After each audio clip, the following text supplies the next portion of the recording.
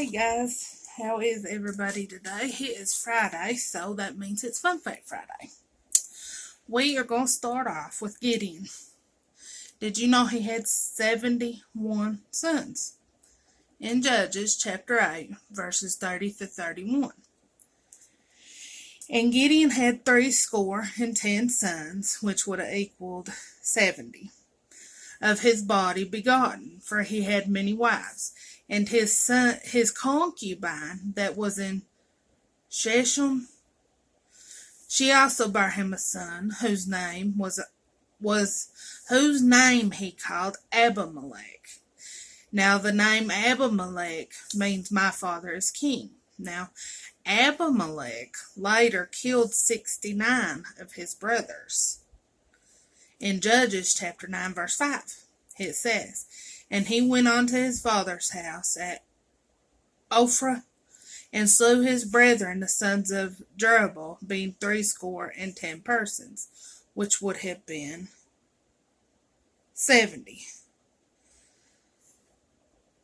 upon one stone. Now it says he only killed 69 of them. So what happened to the other one? It says, notwithstanding yet Jotham, the youngest son of Jerubbaal, was left, for he hid himself. Now I need to point out the name Jerubbaal was also Gideon. On God's instruction, Gideon destroyed the town's altar to Baal, receiving the byname Jerubbaal from his father Joash. Therefore on that day Joash called him Jerubbaal, saying, let Baal plead against him because he hath thrown down his altar. And you can find that in Judges 6, chapter 6, verse 32. And did you know the name Gideon means warrior? Now, moving on. Jeremiah is the only man in the Bible God would not allow to get married.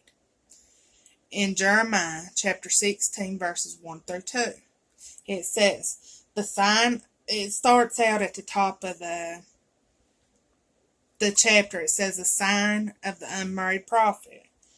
And in 16, verses 1 through 2, the word of the Lord came also unto me, saying, thou shalt not take thee a wife, neither shalt thou have sons or daughters in this place.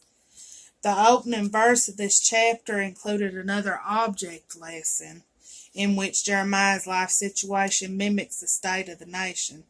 God uses Jeremiah's call to celibacy and bachelorhood as a picture of the relationship that is ending between God and the people, and the sorrow and loneliness that the people will soon experience. Moving on from that one, Deborah. You know, she is the only female judge mentioned in the Bible. In Judges chapter 4, verse 4. And Deborah, a prophetess, the wife of Lapidoth, she judged Israel at the time. The name Deborah means bee. B-E-E, like a honeybee, or, a bee that flies around. It says she held court under a tree, and that got me on this whole tree kick. You'll hear. Judges chapter 4 verse 5, and she dwelt under the palm tree of Deborah between Ramah and Bethel in Mount Ephraim, and the children of Israel came up to her for judgment. The image of trees is a significant one in the Bible. Trees were a source of comfort and shade. They provided not only shelter but food as well sometimes. They are often included in important biblical events and images. Humanity was first judged at a tree, and that judgment is paid by a Savior who hangs on a tree.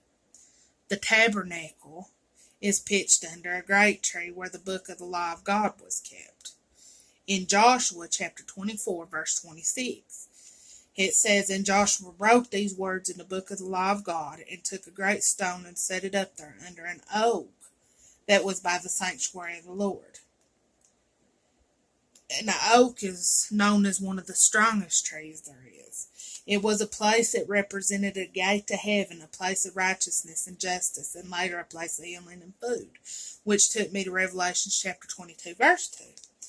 And it says, and this is talking about, heaven. In the midst of the street of it, and on either side of the river, was there a tree of life, which bare 12 manner of fruits, and yielded her fruit every month, and the leaves of the tree were for the healing of the nations. It's what we have to look forward to when we get to heaven with our Jesus. And our last fun fact for this week. Do you know that ostriches are mentioned twice in the Bible? First in Job chapter 29, verses 13 through 18.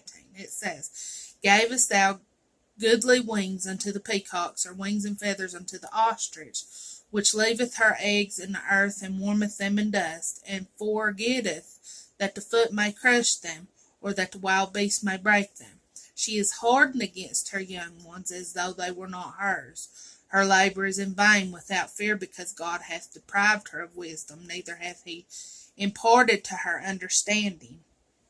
What time she lifteth up herself on high, she scorneth the horse and his rider." Ostriches are known as being harsh and mean to their young. Lamentations 4:3. It says, "Even the sea monsters draw out and breath out the breast. They give suck to their young ones. The daughter of my people has become cruel like the ostriches in the wilderness." The ostrich, it says, can stand 7 to 8 feet tall, weighing up to 300 pounds. It is flightless and is without sense. But even though God did not give the ostrich wisdom, he gave them the ability to run. And it says that they can run faster than a horse. I hope that you all enjoyed this week's fun facts. If you did, please hit the like button and subscribe. I do fun facts every Friday and a lesson from the Bible every Tuesday.